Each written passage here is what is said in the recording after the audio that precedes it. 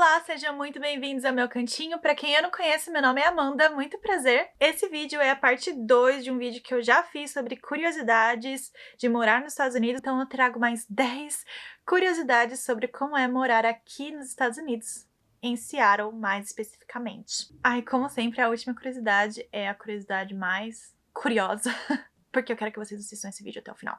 A primeira curiosidade é que não é comum pagar parcelado. Eu senti que depois que eu me mudei pra cá, eu comecei a ver mais opções, então às vezes tem um produto caro e aí aparece embaixo do preço, financie com a empresa tal. Então não é tão simples como no Brasil, que qualquer loja você vai lá e fala, dá pra pagar em tantas vezes sem juros. Aqui é um pouco mais complicado, normalmente entra uma terceira empresa que vai fazer esse financiamento, então eles têm que checar o seu crédito. Mas eu já parcelei algumas coisas aqui, por exemplo, o meu celular, o carro e, claro, a casa, que aí entra em uma outra questão, que comprar a casa é um processo um pouco mais complicado, né? Eu até lembro que quando eu fui tentar comprar o meu colchão, eu tentei parcelar e também não me aceitaram, porque eu tinha acabado de chegar, então é um pouquinho mais chatinho. Curiosidade número 2. Quando você vai em bares e baladas, você provavelmente vai ouvir umas músicas muito antigas.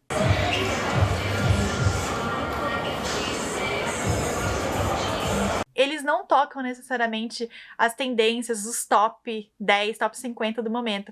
Normalmente são as músicas que fizeram muito sucesso, mas lá atrás. Então é muito comum eu ir num bar, tipo, hoje em dia, e escutar Please Don't Stop the Music. 3. Eu acho que isso não é tanto uma curiosidade, mas que o tamanho das coisas são muito grandes aqui. Eu lembro uma das minhas primeiras gafes aqui nos Estados Unidos foi quando eu vim pra cá pela primeira vez, foi para o aniversário de 18 anos da minha irmã, que a gente foi pra Disney. Nunca achei que esse dia ia chegar, mas conseguimos ir. Era o meu sonho desde criança ir pra Disney. E eu meio que fui a responsável pelo inglês quando a gente foi, e o meu inglês estava muito básico. Então, pra vocês terem uma noção, quando eu ia pedir comida, ao invés de eu falar o nome da comida, eu falava o número. Então, que era o número 1, número 2 e etc. Mas assim, deu pra se virar, né? E uma das minhas gafes foi que a gente foi no Hard Rock Café, que não sei agora, mas na época era muito popular, sempre tinha gente com aquelas camisetas do Hard Rock, ou que ia pro Hard Rock Café, enfim, a gente queria ir pra ver como que é. Quando eu olhei no prato, tinha um prato que era tipo arroz, uma carne, na época eu comia carne ainda, uma saladinha. Eu falei assim, pô, mó brasileiro, né? Saudades, que enquanto a gente tava lá, a gente tava comendo muitas coisas americanas, tipo mac and cheese, sanduíche, essas coisas, porque não tinha tantas opções assim. Então, quando eu vi esse prato, eu falei assim, não, demorou, vamos pedir isso, e eu já pedi 4. Quando chegou, gente, sem brincadeira, o prato era desse tamanho, juro por... Era desse tamanho o prato, porque era, tipo, uma costela, e era, tipo, o rack inteiro da costela no prato. E aí, quando chegou o primeiro, e eu olhei assim pro garçom e falei assim, dá pra cancelar os outros? Acho que nós 4 conseguimos comer em um. E no fim não dava mais, chegou os 4, a gente se matou, a gente saiu rolando do restaurante quase, porque a gente não queria desperdiçar comida, então a gente tentou comer o máximo que a gente conseguia comer. Isso foi uma das minhas primeiras experiências com o tamanho de comida aqui, e se vocês acharam que eu aprendi a lição e agora eu pergunto o tamanho das coisas, vocês estão enganados, porque eu ainda cometo muito desses erros. Eu até postei nos meus stories recentemente que a gente foi no cinema, e aí a gente pediu a pipoca média. A pipoca média, gente, era tipo muito grande, passava da minha cabeça assim, vou colocar a foto aqui se eu tiver. E só relembrando, né, se você não me segue no Instagram, já me segue lá, porque eu estou tentando fazer um trabalho melhor em compartilhar as coisas da minha vida aqui, né, no meu dia a dia e tudo mais. Então, se você tem curiosidade, já me segue lá pelo Instagram. E falando nessa questão da pipoca e tudo mais, que eu fui no cinema, uma quarta curiosidade é que trailer em cinema demora 30 minutos, gente, sem brincadeira. Eu sou uma pessoa muito atrasada e o Kevin também, então a gente tá sempre atrasado, mas a gente nunca consegue perder o começo do filme porque são 30 minutos de trailer. Eu lembro que no Brasil era muito mais curto, eu não sei quanto que é agora, me falem aqui nos comentários quanto tempo de trailer normalmente demora no cinema aí no Brasil, porque aqui, gente, 30 minutos é muito tempo. E a quinta curiosidade, ainda relacionado com a quantidade de comida que eles têm aqui, é que é muito comum acabar sobrando comida quando você vai em algum restaurante. Então, é bem normal você pedir uma caixa para levar o resto da comida. Eu sempre faço isso.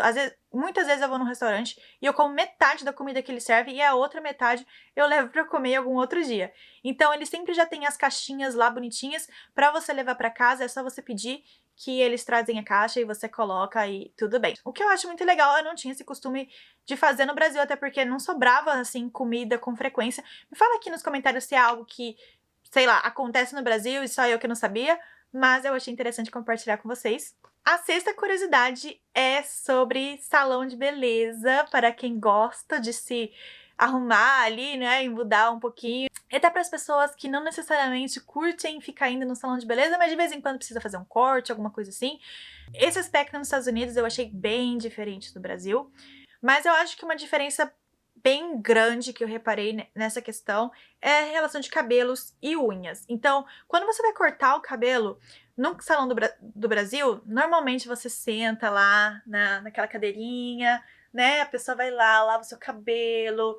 Em alguns salões eles fazem aquela massadinha que, ó, é demais, gente. Eu só ia pra ter essa massadinha. E aí tem todo um cuidado especial com você, sabe? Lava o seu cabelo, aí faz o corte, aí seca, se você quiser, né? Às vezes cobra um pouquinho mais, mas tudo bem. Mas seca, faz uma escova. Você sai do salão, tipo, como se você pode ir pra um evento especial. Aqui já é um pouco diferente. Primeiro, não tem lavagem de cabelo. Não tem.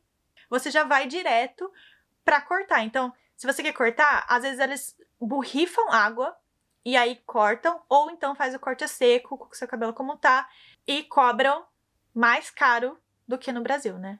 Porque, enfim, além de cobrarem o valor do salão, é esperado que você dê a gorjeta também, que estava lá no meu vídeo anterior sobre a outra curiosidade, que é essa questão das gorjetas.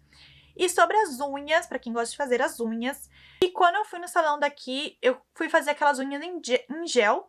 E eu gostei bastante da durabilidade, foi o que eu mais gostei. O problema é que eles até tiravam a cutícula, o que eu assustei. Eles cortaram a cutícula. E aí, quando eles passam o gel, eles não passam o gel tão colado na cutícula. Então, como eu falei, como dura 2 semanas, se já na primeira passada não tá colado na cutícula, em 2 semanas... Tipo, a tinta começa a ficar já aqui, já, sabe? Você tem um pedação de unha e aí, de repente, vem um esmaltão, assim, saindo. Sétima curiosidade, fui tudo de salão de cabeleireiro pra construção. A gente aqui comprou a casa nova e até quando a gente tava alugando o outro apartamento e a gente queria colocar coisas nas paredes. E as paredes aqui nos Estados Unidos, elas são todas, a maioria são tudo drywall. Então, se você bater... você vai ver que é tipo meio oco, assim, não é um barulho que uma parede do Brasil faz, sabe? Então, por exemplo, esse negócio aqui, eu consegui pendurar só com um preguinho, assim, é bem leve, é bem molinho de você colocar as coisas. Porém, se você quer colocar alguma coisa mais pesada, você tem que achar os studs, que foi alguma coisa nova que eu vi aqui. Os studs, basicamente, são umas ripas de madeira que eles colocam no meio, e aí você tem que, pra você colocar coisas mais pesadas, ou você tem que pegar nesse stud, ou dependendo se é uma coisa meio leve em questão de peso, você pode usar aquelas buchas, né, que você fura e depois a bucha expande, o que ajuda a segurar melhor o peso que você está colocando. Mas para você achar esses studs, nem sempre é muito fácil. Tem uma maquininha que a gente comprou, que a gente vai passando na parede assim, e ela mostra quando chega no stud. O problema é que ela nem é sempre tão boa, talvez a gente poderia ter comprado uma melhor, não sei. Pode ter sido isso o problema. Mas é sempre um medo de furar as coisas aqui e depois as coisas caírem porque não está no stud. Claro que a gente aprendeu com a experiência que quando você fura no stud, a sensação que você tem com a furadeira é diferente da sensação que você tem quando está furando drywall. Drywall vai, tipo, direto assim na parede e o stud se sente um pouco mais a resistência. A minha 8ª curiosidade são os parques para cachorro. Na verdade, tudo envolvendo cachorro aqui foi algo que é meio extra, assim, se for comparado com o Brasil. Eu compartilhei no meu story esses dias que eu fui numa loja de animais e aí tinha lá um teste de DNA para cachorro, para quem tava curioso para saber o que era aquilo. Era um teste de DNA, então eu não sei exatamente como você pega a amostra de DNA do cachorro, mas ele vai falar quantos % o seu cachorro tem de cada raça. Ah, a Shine, ela é metade Pomerânia, ela é metade, sei lá o quê, vira-lata caramelo, não sei. Mas voltando para os parques para cachorro, aqui é muito comum ter parques, e aí uma área do parque fica especialmente para cachorro, que eles falam de off-leash area, ou seja, os cachorros podem ficar lá sem coleira porque é uma área toda fechada e é esperado que os cachorros fiquem ali sem coleira. E eu assustei com a quantidade de parques assim que tem aqui E também a frequência que as pessoas levam os cachorros nesses dog parks. Porque, vou ser sincera, desde que eu era criança, assim, na minha família e tudo, o que a gente fazia pra levar os cachorros era, tipo, dar uma volta ali no quarteirão, né, pra fazer xixi, cocô 2, 3 vezes por dia. E era isso, né? Claro que tinha os cachorros vizinhos ali, que eles brincavam e tudo mais, mas não tinha algo assim, agora eu vou levar o meu cachorro para o parque de cachorros e vou ficar lá 2 horas até ele cansar e para depois voltar. A minha nona curiosidade é que é muito comum as pessoas não usarem sapatos dentro de casa. Na verdade, eles têm os sapatos pra ficar em casa, porque, enfim, é a parte cultural, né, de ficar trazendo a sujeira pra fora. Tem várias culturas que são assim, não usam sapato dentro de casa. No Brasil, eu nunca tive isso. Me fala aqui se a sua família tem isso, de ter um sapato próprio pra ficar em casa, ou sempre tirar os sapatos antes de entrar em casa. Não sei exatamente porque o Brasil não tem muito essa cultura, mas eu gosto muito porque deixa a casa mais limpa e é meio que uma transição, sabe? Deixa os sapatos lá, colocar um sapato mais de ficar em casa, não sei. E a 10ª curiosidade é o Seattle Freeze. Essa é mais específica pra Seattle, que é um termo criado há muito tempo atrás. Parece, eu tava dando uma olhada no Wikipedia, tá bom? E, tipo, dizem que esse termo surgiu lá em 1940, que é esse fenômeno, vamos falar assim, que as pessoas acreditam que fazer amizades aqui em Seattle é mais difícil do que em outros lugares, especialmente com as pessoas nativas daqui da cidade. Então, as pessoas chegam e as pessoas que são de Seattle mesmo acabam ficando no próprio círculos deles e não abrem muito para outras pessoas virem e fazerem realmente amizade.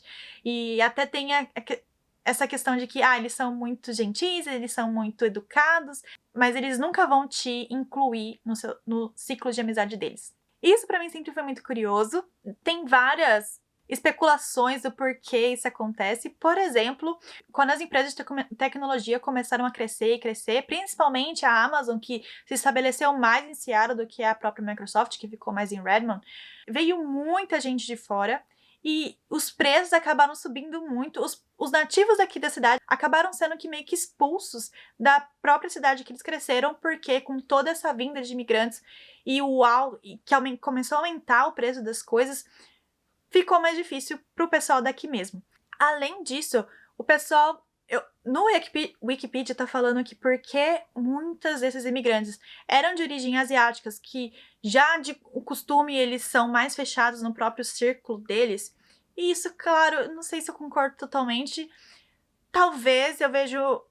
mas eu não acho que isso é específico de asiático. Eu acho que quando a gente vem para um país novo, a gente tende a ficar mais com o nosso grupo e com quem veio da nossa cultura. Então você vai ver muitos grupos de asiático, grupos de brasileiros, grupos de mexicanos, enfim, pessoas que têm esse background em comum, então eles acabam se juntando ali. Não sei qual que é a real origem desse fenômeno de que é mais difícil fazer amizades aqui em Seattle. Eu não tive muito problemas, pra falar a verdade. Não sei se é porque eu sou um pouco mais extrovertida e tenho uma cara de pau de realmente ir lá e perguntar e, sabe, pedir vamos fazer alguma coisa, vamos marcar alguma coisa. Não sei, pode ser isso, ou pode ser que as pessoas estão saindo comigo, mas elas não são minhas amigas de verdade. Mas é isso, se você gostou, não se esqueça de curtir, se inscrever no canal e ativar as notificações. E até o próximo vídeo. Tchau!